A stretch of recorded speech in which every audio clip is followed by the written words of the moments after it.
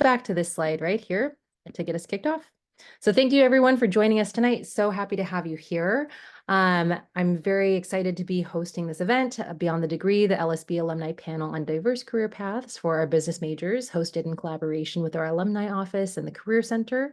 And I'm Melissa Thierrier. I use she, her pronouns. I'm the Director of Employer Relations and Partnerships in the Career Center at SCU. And I'm very excited to welcome our panelists and moderator for today's panel. So I'm going to be in the chat and taking care of things on the technical or back-end side here of Zoom, but please feel free to chat in any questions and we can definitely try to get them in. But in the meantime, I would love to welcome Shweta Kapoor, a 2009 SCU alum and lead of the Alumni Working Group centered on career. Shweta is currently the global head of value consulting at Stripe, a financial infrastructure platform designed to increase the GDP of the internet. So in this role, she works with Stripe's customers to build business cases which measure ROI and articulate the value Stripe brings to their business. Previously, she spent a number of years at Box in a variety of roles across the go-to-market function, including product marketing, value engineering, and strategy and operations. She has also worked at Hewlett-Packard in demand generation and field marketing roles within the marketing team, and she received her bachelor's degree in marketing from SCU and holds an MBA from UCLA Anderson. So please give a big virtual welcome to Shweta. Thank you so much for moderating our panel today. Awesome. Thank you. Thank you, Melissa. Well, I am excited to be here, and I'm excited because we have three awesome panelists to talk through something that we all have thought about we've graduated from Santa Clara. We've moved through our first job. Some of us are on to multiple jobs from here. But looking back, I think there's a lot that we didn't know when we left Santa Clara, and kind of how we've navigated our careers since, what we've learned along the way. We've learned a lot, and we thought it would be a great opportunity to share back some of that with current Santa Clara students, and hopefully give you all some perspective, some insights, and maybe some new ideas on how you think about your career journey going forward. So without further ado, let's kick this off, and let's start off with, first off, just having our three panelists introduce themselves, tell us your brief elevator pitch, kind of where you are in your career, what do you do, and tell us when you graduated from Santa Clara as a part of that, please. I see Cole on my screen on the very left, so maybe we'll start it off with you, Cole. Yeah, happy to start. Hi, everyone. I'm Cole. I graduated in 2022, so about a year and a half ago, which is kind of crazy. I currently work at Bridge Bank in San Francisco, which is a commercial bank, and I work in the technology division, so we lend to pre-profit venture-backed startups. I'm a proud alum, and I'm happy to be here and share some advice that I've had. Awesome. Maybe we'll go to you next, Jackie. Oh, you're on mute. Thanks. My name's Jackie Wright. I graduated undergrad from Santa Clara in 2015 and then with my master's in 2018. I'm currently the director of brand programs and sponsorships at Arctic Wolf. So basically what that means is anything that falls into identifying our brand strategy for looking at IPO, or our strategic sponsorships like our F1, our IndyCar, our FC, our NHL, our NFL all roll up to me. Awesome. And Mark, tell us a bit about yourself. Yep. How's it going, guys? Mark Gehrig, graduated in 2018. Crazy, it's already been almost 6 years since then. It went by super fast.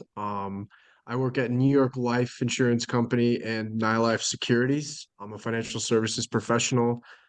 Do everything from insurance to investments to retirement to estate planning. So comprehensive planning from a personal financial standpoint. I was a financial analyst for 4 years before coming into this business in 2022, and I like it a lot more. I love helping people. I did a personal finance seminar with the Finance Association and the Women in Business in October.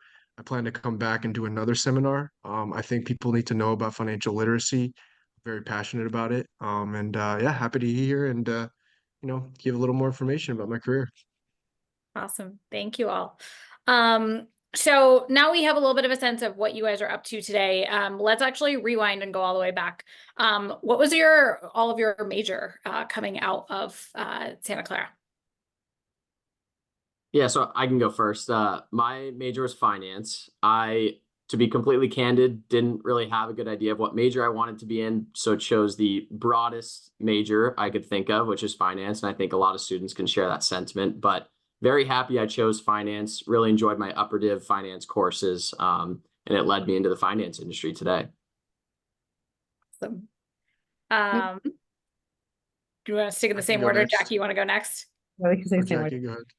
Yeah, so I have a marketing communication double major. I knew I was going to do marketing when I started, and I'm still doing marketing, just a very different kind of marketing than I planned on doing 5 years ago. All right. Well, we will dig into that maybe a little more in further questions here. And Mark. I studied, my major was finance and my minor was management information systems. That's what I studied. Cole or Jackie, did you have a minor? No. No minor. No minor. Okay, cool. So we want to talk a little bit about your first jobs coming out of Santa Clara, and not just the job, but how did you get that job? So tell us a little bit about the journey you took, process that you navigated through, and yeah, maybe we'll, for this half of it, maybe we'll stick with this order and we'll switch it up in the second half of questions. So. Sounds good. Yeah, so I'm in my first job right now at Bridge Bank, and how I got here is I actually got an internship at Bridge Bank my sophomore year summer through a mutual connection, but that internship kind of materialized by connection from a Santa Clara alumni. And I didn't know Bronco Exchange was a thing back then, but I actually utilized the LinkedIn page of the alumni on the Santa Clara University, and was able to, piece together some alumni who worked at Bridge Bank and kind of network my way into getting an interview. And, that kind of led to my resume getting to the top of the pile of HR, and had a great internship, and it led to my full-time position. So kind of full circle, actually, last week I had an introduction to a current Santa Clara senior, and was kind of able to help him get to the current interview process. And he's in the final round of interviews next week. So full circle here, but yeah, again, I think reaching out to Santa Clara alumni really helped me get my first job, my first internship. That is awesome. Zach, I feel like this is a great profile story that we may need to include to prove the value of the LinkedIn network. Just out of curiosity, Cole, what did you do in those reach outs? What was your message? Were you just looking for coffee chats with people? Did you have specific questions? Tell us a little bit more about that.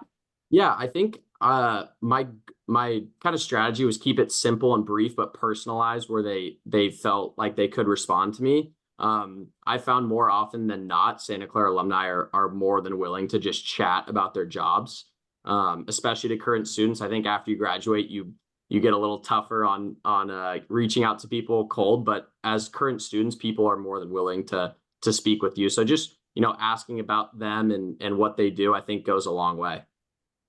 That's awesome. Thank you for sharing that. That's a very cool story. Jackie, tell us, where did you start when you graduated? So I started at a startup incubator. I had already committed to doing my MBA at Santa Clara at that point. So where I could be was slightly more limited since I couldn't leave the state or really the city. So I ended up stumbling upon Primati through they had just done an acquisition from Accenture. And so they asked me if I would come and help them because they had a couple startups that had really great tech, but really needed to be rebranded. So I spent my first year and a half working on their MarTech startups branding. And then from there moved into looking across all of their startups to look at the brand, the social, how they did digital, how they did conferences. We did client campaigns with Universal and Brown-Forman, Smirnoff. So that was really where I got my first one. But since I was already on a different track for my master's, it was a more limited approach of where I could go. Got it. And how did you discover that original company?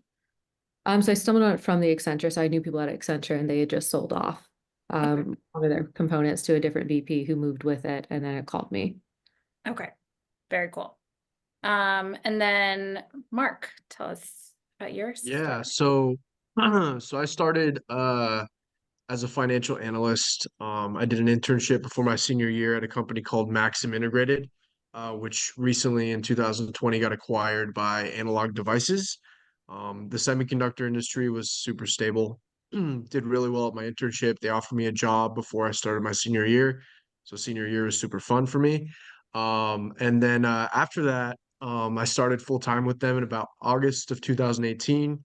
When the merger was announced, I decided to move on from there. But yeah, the internship track I think is the best way. You can really showcase yourself, and if they don't offer you a job, or maybe you don't want to be with the company after you graduate, at least you have the skills and the knowledge that you gain to be able to have something on your resume that can get you that next opportunity, right? So that was my track. Very cool. And the internship you got through the like career centers, just internship kind of program, or like the So I got the internship listing. actually from the career fair. Yeah. Okay. So they were the Maxim Integrated was a company that was at the career fair in Mali. And yeah, that was how I got exposed to it. And I think they were looking for engineers, but I wanted to, obviously get into finance. So I gave them my resume, and they reached out to me, set up an interview, and the rest is history, I guess. Very cool. Very cool. Mhm.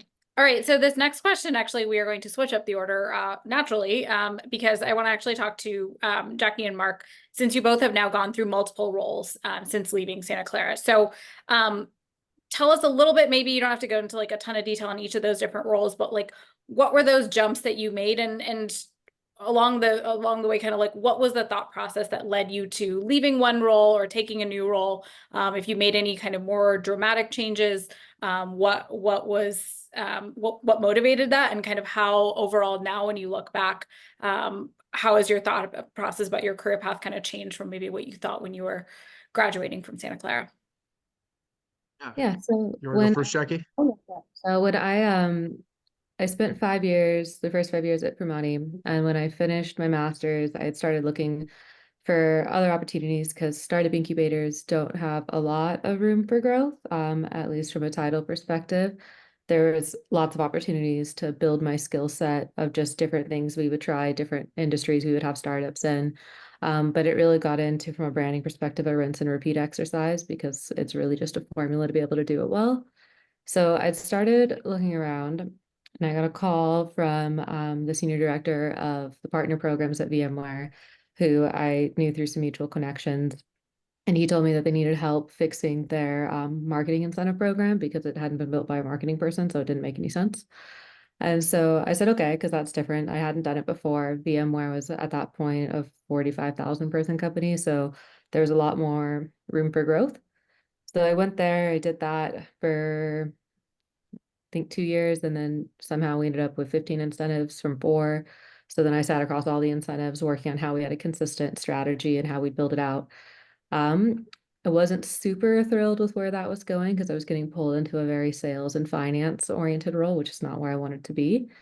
And that was when VMware announced their first sponsorship of the McLaren F1 and Extreme E teams. And I got a call from the head of events and asked if I would come run that for her.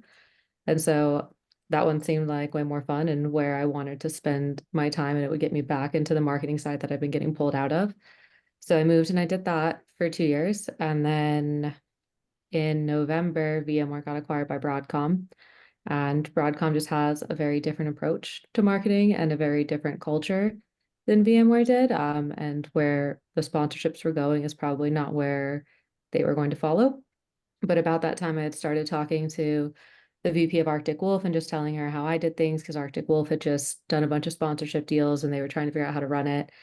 And so then she called me and asked if I would come run it for her. So I moved over and picked up their 5 sponsorships, and I'm helping them move into looking at strategies for how they continue to grow. Very cool. So it sounds like there was a mix of, in some cases, kind of like business change factors that drove you out of it. Some of it was just kind of like your growth of when you kind of like, I think there are those times when you're like that hermit crab that's outgrown the shell and you need to kind of look differently. But you haven't had one of those moments where you were like, I want to do something entirely different that this job isn't, and you haven't made like a big shift, or you haven't had like a big change from where the like marketing vision that you set out with from Santa Clara. Yeah, no big shifts, just, shifts I didn't know existed. Like I would have never thought sponsorship with marketing was on the table before, Yeah. but all of them kind of carry through very similar pieces. And when I was getting pulled way too into like the finance sales side, I was like, nope, I'm not going over there. And I'm back. Yeah. I think that, and what you just said there is one of the things that when I was chatting with Melissa about putting this together, it was this, that like, I think many of us will say that we've come into jobs later in our career that we had no idea existed when we were undergrads at Santa Clara. And as thoughtful as we were and as excited as we might have been about our majors, I think there are some of those things. And I think one theme that's coming up a lot is just talking to people. That's how you learn about what else is out there. That's how like new opportunities come through. And that's how you really kind of expand horizons, is just we continually are learning about what else is out there. Mark, tell us about your journey since that first job. Yeah, I want to touch on what you just said, the fact that like you don't know what's out there. I think that specifically resonates with finance majors. There's so many different career paths when you study finance. And the financial analyst career path that I initially took, thinking that that was like what I needed to do, was not the one that I could see myself doing long term now. Very different from what I'm doing now, right? So, I'm on my third job now since graduating. It's been almost 6 years since I graduated. First job was with Maxim Integrated. That was a business reason that I decided to move on. I didn't really want to get involved with the merger and, doing multiple things and, just a time in the business that I just didn't really want to be a part of. So I moved then to Lucid Motors, which is an electric vehicle startup. That was a completely different role in the sense that I was the only financial analyst there for all their supply chain and logistics. And this was a startup that was trying to ramp up manufacturing, competing with Rivian, Tesla. And I had to basically run the whole thing. So it was like a massive, personal career shift that I did where I had all this responsibility I didn't used to have at a stable corporation that I used to work for. So that was the craziest year of my life. I decided to move on because honestly, I didn't feel like I could do it long term, and I didn't really enjoy my work as much anymore. Took a little bit of a hiatus. I went to Indonesia with my mom. My mom's Indonesian. Saw my family out there. I have like 10 cousins that live out there, and it kind of switched my perspective to where I was like, maybe the career isn't everything. Because I felt kind of terrible for leaving, right? And then I changed my perspective and said, I need to find something where I find my purpose, right? So New York Life was the first job I applied to on Indeed when I started looking for jobs again. And it happened to be the best thing that's happened to me in my career so far. Instead of essentially helping companies with their finances, I help people with their finances. And I think that my purpose is to help, right? Is to give. This is one part of it. Going back to Santa Clara, right now, I'm sitting in a San Francisco State classroom where I just did a seminar on personal finance. So yeah, I think the word of advice I would give is you're going to work for a long time. Make sure you find something where you don't dread going to work every single week. You don't really get the Sunday scaries, is what they call it, right? Because you're going to be doing this 5 out of 7 days a week for almost 40 years. It's sounds kind of depressing, but it's not if you find something you really enjoy. And so find that and find your purpose. And the years are going to go by fast. So Awesome. Great advice, great perspective. I think another thing that's interesting is in what you and Jackie shared is I think another thing that comes up a lot is like based on when you are in your career, where you are in your career, and kind of your life and your perspective on things. There's like big companies and what you can do and the opportunity and things that are available there versus small companies, and just kind of that balance. There's a lot that changes. Even the same job, you might have said maybe between like Lucid and Maximum, the first, maybe the job title was the same, but the scope and everything was entirely different. So I think that is also another thing that when as you're looking at job titles of what you want to apply to, whether your first job or later on in your career, I think there's a lot that kind of factors in based on the organization that you are a part of. So awesome. So great perspective on your career journeys thus far. Now let's actually take and focus a little bit more on your time at Santa Clara and kind of how you used that time to prepare for kind of this real world that we are now in. So starting first, and I'll let you guys pick the order of what you go, which order you talk in. But what was the most helpful job search preparation resources, like things that you used at Santa Clara? I think Cole should go here since he most recently graduated, and there might be resources he had that me and Jackie didn't. Yeah, well, Bronco Exchange sounds like it's new, so I wish I had that. But You get the $20, Zach. We owe him $20 here, but other than that, like, yeah. But yeah, I think going back, my best resource I think was Glassdoor and LinkedIn for job searching and the Career Center, of course. And then from there, finding those connections and really digging into your network and like I said earlier, I think more oftentimes than not, people are willing to speak to students. Yeah, and I just think that I think another big thing for me was the Business 50 course. I know I mentioned this at the beginning of the call. I think it's a fairly new course, but it teaches you networking skills, resume workshops, how to, cold reach out to people on networks and stuff. So I think it's not a required class and it's optional. And, I think it's a 2-credit course, so very minimal time, but you get a lot out of it in terms of professional skills. So that's another thing I utilize and really helped me network. very cool. Yes, anything, and we can share these things, and Melissa can keep us honest if like these are still relevant or we're all just dinosaurs. But you can, Jackie and Mark, if you have anything, you can think of any like tools or I mean, resources. I just use Handshake. Is that still a thing? Handshake? Yes, we still have that. Okay. All right. I'm not that old yet. Oh my goodness. Handshake was great. That honestly was my favorite. You could upload your resume to the system and, apply to jobs really easily there. I just meeting up with alumni is the biggest thing for me. Especially Jackie, I think you were a senior when I was a freshman. So, I knew some seniors after I had graduated or right before I had graduated when I was freshman.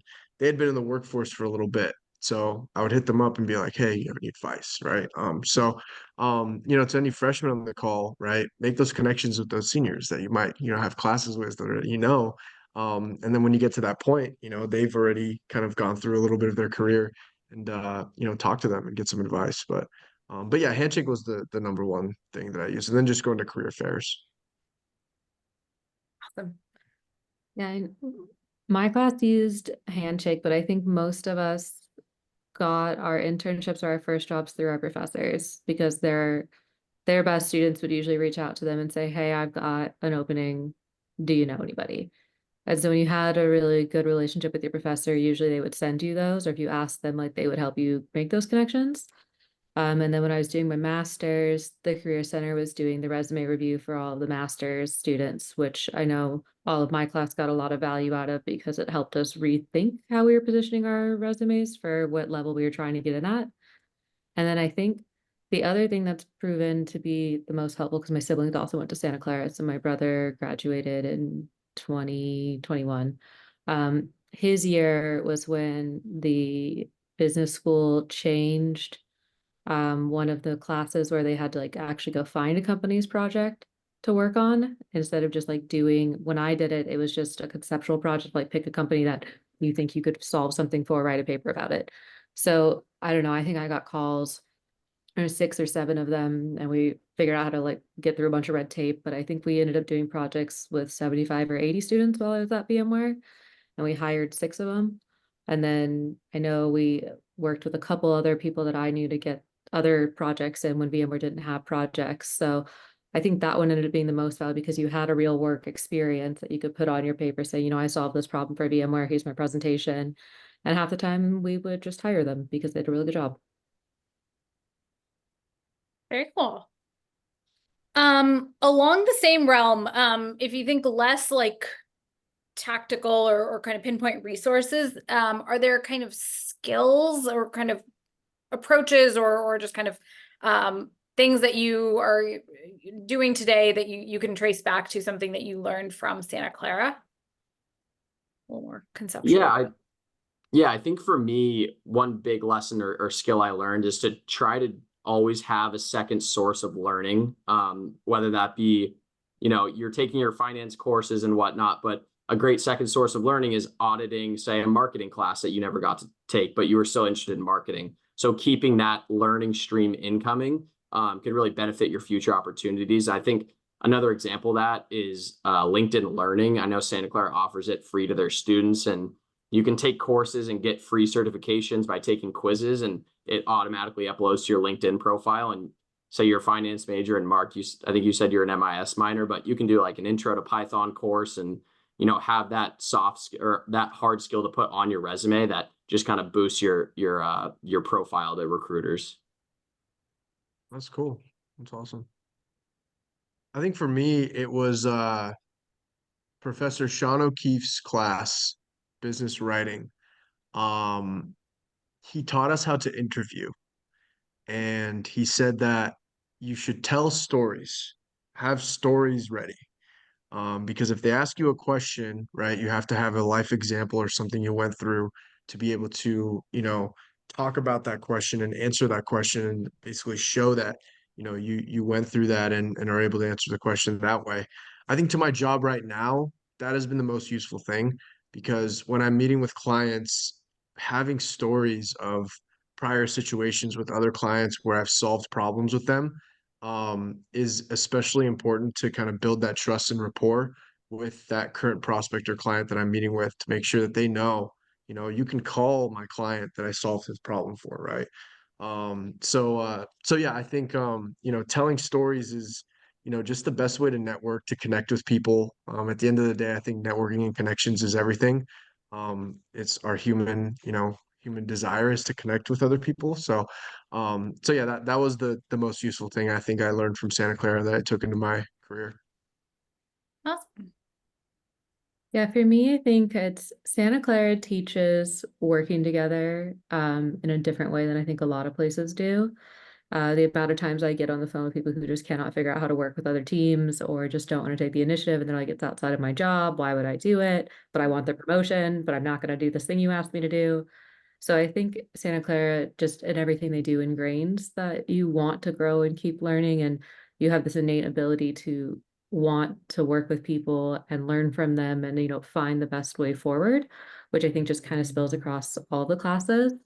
And I think the other one, I mean, my master's is a lot fresher than my undergrad was, but I think the other one that was the most helpful, which would be really good, I think, if it was in at least like a lecture of it in the undergrad, was negotiations. It's one of the classes you take in your master's. Um, I don't know, at my level, I spent all day doing contract negotiations. I think I did 6 of them today. And whether it's doing like contract ones with vendors or looking at like your next job offer and salaries or like promotions, all of that is really helpful. And when we had an entire class dedicated to how do you approach negotiations, like when do you bring things up? When do you not bring things up? How do you frame it? How you like walk in with a lot of like what Mark just said about, you know, having the business part written out so that you don't just come in and say, I want this, and then say why, and you're like, I don't know.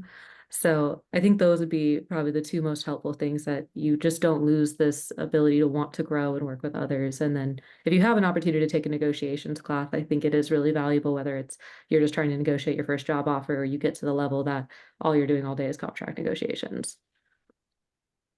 Awesome.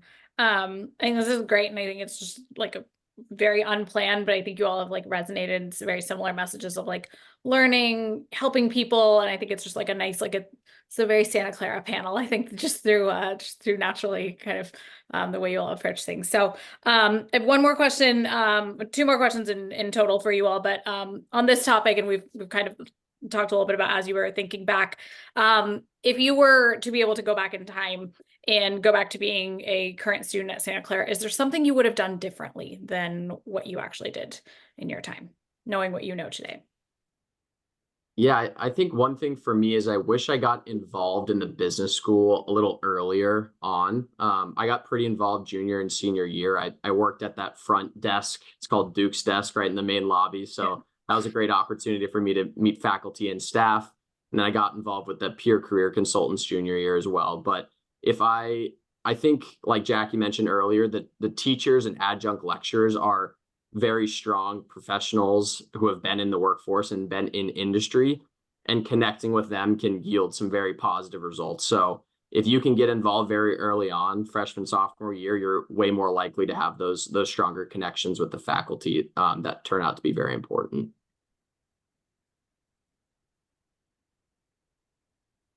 Yeah, for me, I don't know. I think it would mainly just be I should have taken more finance classes because half the time the other thing I do besides contract negotiation is stare at a budget all day. And every company I work at has different finance rules and nothing makes sense because they all change it on me. There's like 3 things that stay consistent and then every company does it differently.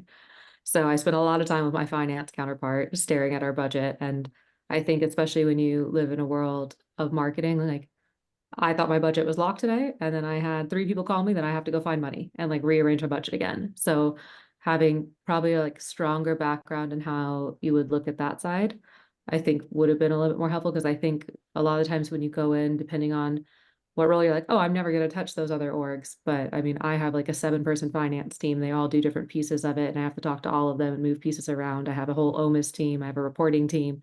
So many teams that you just not think you are ever going to touch when you're looking at your first jobs, you do. So I think getting the biggest exposure you can, which is something you could do at Santa Clara versus other schools, is really important. Yeah, I think I don't like to think I regret not doing anything back at Santa Clara. I think I consider it some of the best 4 years of my life. Um, but uh, but I think I agree with Cole. Creating more relationships, especially with the professors of practice early on. I have about 3 professors that I keep in touch with. Professor Michelle Goins, Professor Tanya Bunger from my freshman year, and then Professor Kumar Sarangi are my 3 that have kind of become mentors for me. Not to say that the professors that aren't professors of practice, aren't good to have relationships with, of course. They're great as well. But yeah, I think people think and look at their professors as, all right, I'm gonna take a class from them and then, I'm done. I'm on to the next class, right? Like create a relationship with them, like get to know them. And I think I've made some really important career choices at the advice of some of these professors that I've reached out to. Having more of them, I think, couldn't hurt. So that's something that, I probably do differently. Yeah. No, great points all around. I think just, like lines blur is, when you get into the real world. I think to like Jackie's point, like I think it felt very easy. It felt a lot simpler at Santa Clara to say like, I want to be in marketing. Like I was also a marketing major, and I also was like, I don't need to take finance classes. And you can kind of like, you think you can draw the lines, but once you get into your working roles, you realize that like, it doesn't matter what you signed up for, like these blend together a lot more. And even, I think now from what you're kind of sharing, Mark, like the roles that you had, you student and professor, like after, you graduate from there, those kind of bleed away a little bit more, and they can be just mentor mentee and kind of going from there. So, cool. The last thing that I will, last question before we open it up for Q&A is, what was the best piece of career advice that you got? That can be from someone at Santa Clara, anywhere else. If you were to leave kind of a parting thought for our group here today, what is that one gem that you kind of hold still? Yeah, for me, it's pretty simple, or it sounds simple, but it's very difficult. Is recognize the areas that you're uncomfortable in and try to pursue activities in those areas. So, for example, when I was a student, I was pretty afraid to network with people. It was just intimidating with professionals. But if you make a constant effort, and it's very hard to do, simple to say, very hard to execute. But if you make an effort to go to networking events and just talk to people, they'll get easier and easier every time. That could go for interviews. That could go for just anything that, as a student, as a professional, I think it kind of translates through life well, is that piece of advice. Great one.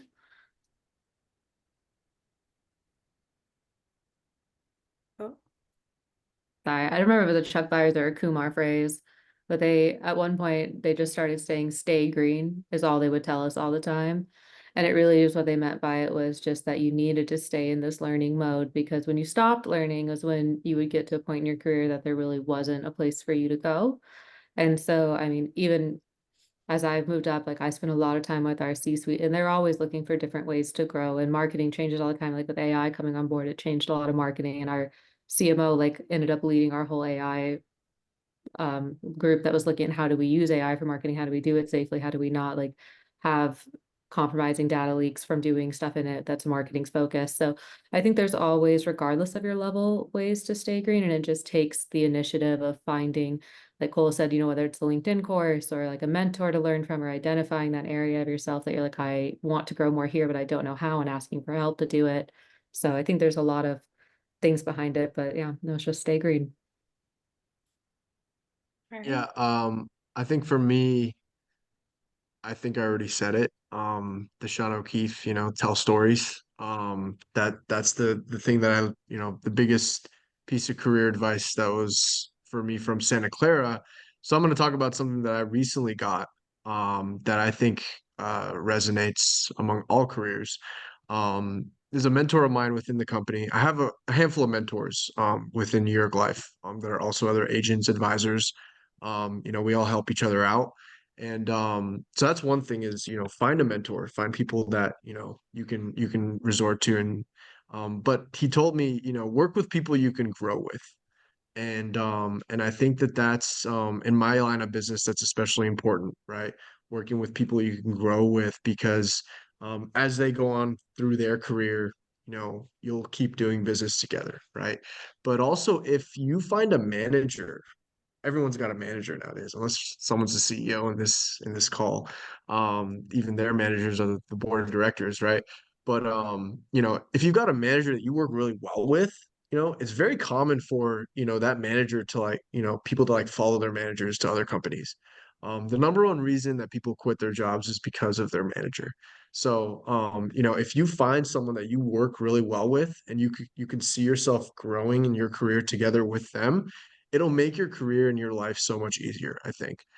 So that I think that's really yeah, that was a really meaningful thing that was said to me, and just within the last year was when I've heard that. So Very cool. Thank you all. It was great feedback, great insights, lots to take away, lots to think about. And I think lots of advice that is applicable kind of no matter how and far you are in your career journey. So thank you so much for all of your insights. I do have one question that came up that I think is pertinent, somewhat given current kind of world environment today. I think a lot of what you all talked about was like networking and meeting people and all about the connections.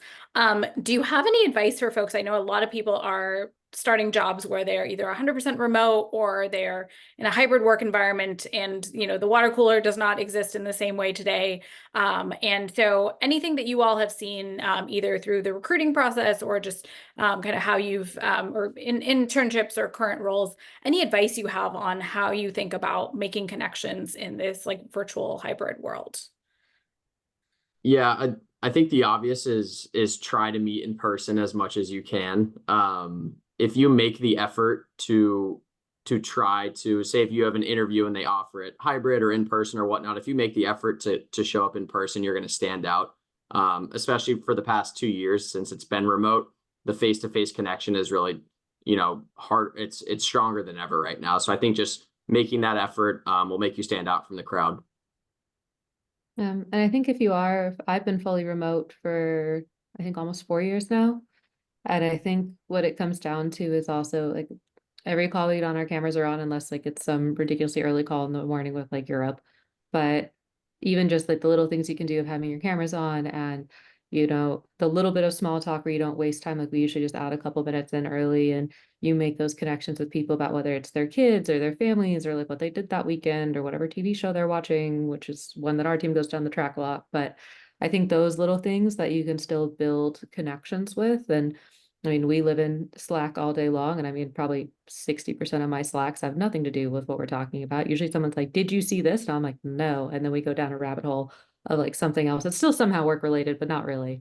And so I think when you can find little pieces to do that way, you can still make those connections and have that really good, almost like you're in person, but you don't have to necessarily be in person as long as you're making the effort to get to know the people you're working with. yeah,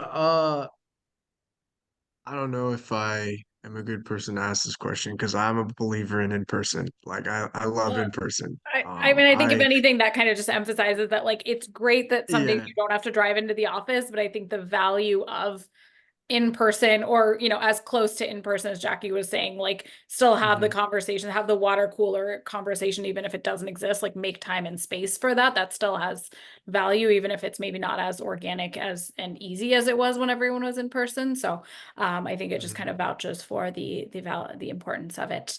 We Yeah, I have think there's a going to be a awesome question. transition. Oh, sorry. Go ahead. No, I was going to go I into just that. think that the landscape is shifting.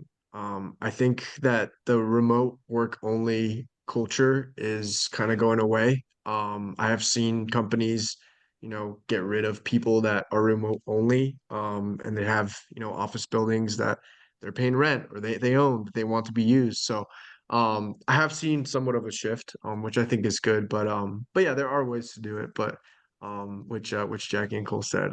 But I have seen some sort of a shift, which I think is a good thing. Let's get back in person, right?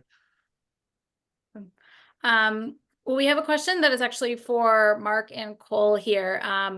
For you in the finance space, how did you explore and learn about the different jobs and opportunities available within the field while you were at Santa Clara?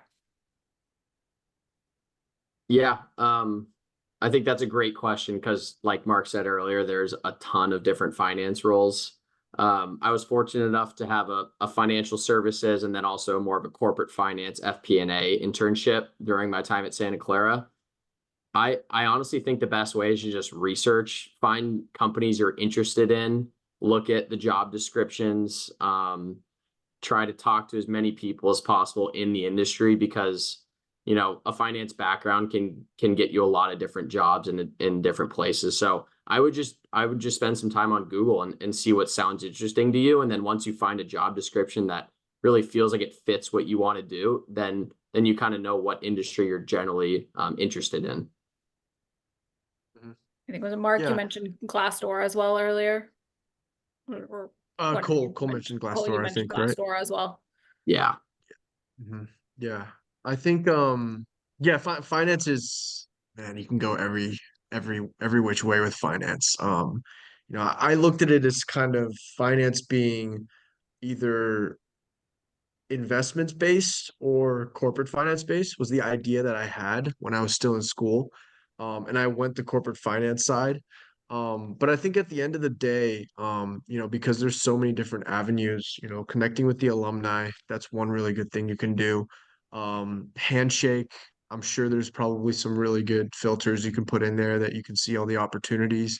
But the Bronco Exchange, I just found out about this today. I'm gonna sign up for Bronco Exchange. I mean that's the best possible way. And then talking to your professors, right? Just talk with people at the end of the day. Talk with people, try to find out. Don't be scared to put yourself out there, right? And you'll be able to find something. And always root it back to kind of your own purpose. The job's gonna be the job, right? But what's the environment going to be like, right? Do you like working in a team, right? Do you like kind of being a solo person, like maybe going to like finance sales, right? Where you're like kind of solo, have to do your own responsibilities, or do you want to work for a larger organization for a bigger cause, right?